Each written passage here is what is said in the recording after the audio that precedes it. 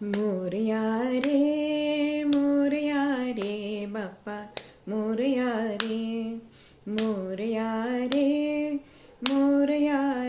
बाप्पा मोरया रे बाप्पा मोरया रे बाप्पा मोरया रे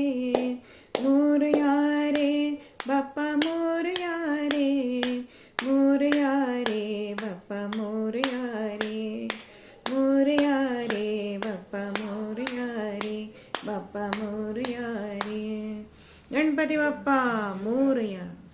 गणपती बाप्पा त्याचे आई वडील आहेत शंकर पार्वती आणि त्याचा दादा कार्तिक स्वामी. गणपती बाप्पा लहानपणापासूनच फार हुशार, कारण त्याचं डोकं हत्तीचं आहे. सर्वात मोठं आणि बुद्धिमत्ता दर्शवण्याकरता ते होतं. तसंच तो मोठा शांत आणि विचारी होता.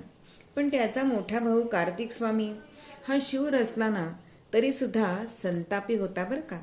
एकदा काय झालं, या दोघा भावांमध्ये खेळता खेळता पैज लागली. पृथ्वीला प्रदक्षिणा करून पहिल्यांदा कोण येतो?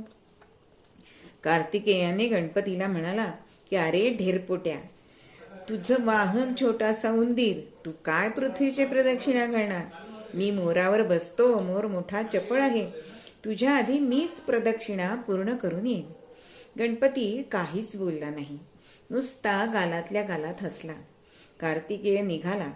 त्याला पक्की खात्री होती की पैज आपणच जिंकणार, कारण उंदीर काही मोराच्या पुढे धावू शकणार नाही.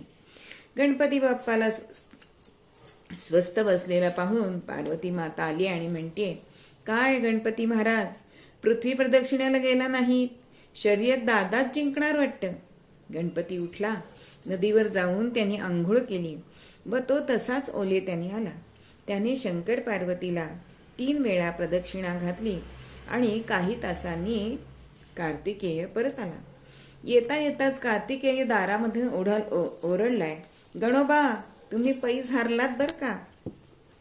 गणपतीने शांतपणे उत्तर दिलंय, मुळीच नाही. अरे, आपले आई वडील पृथ्वीच्या ठिकाणी आहेत, मी त्यांना प्रदक्षिणा घातली, म्हणजे तुझ्या आधी मीच पृथ्वी प्रदक्षिणा पूर्ण केली, त्यामुळे मीच पैज जिंकलेलं आहे. पार्वती म्हणाली, कार्तिकीया, गणपती म्हणतो ते अगदी खरं आहे, पैज त्यानेच जिंकले. कार्तिकेय संतापला आणि रागाने म्हणाला, आई, गणपतीचा पक्ष घेतेस काय? आता मी तुझं तोंड कधीही बघणार नाही. आणि म्हणून रागारागाने कैलास पर्वत सोडून तो दुसऱ्या पर्वतावर राहायला गेला.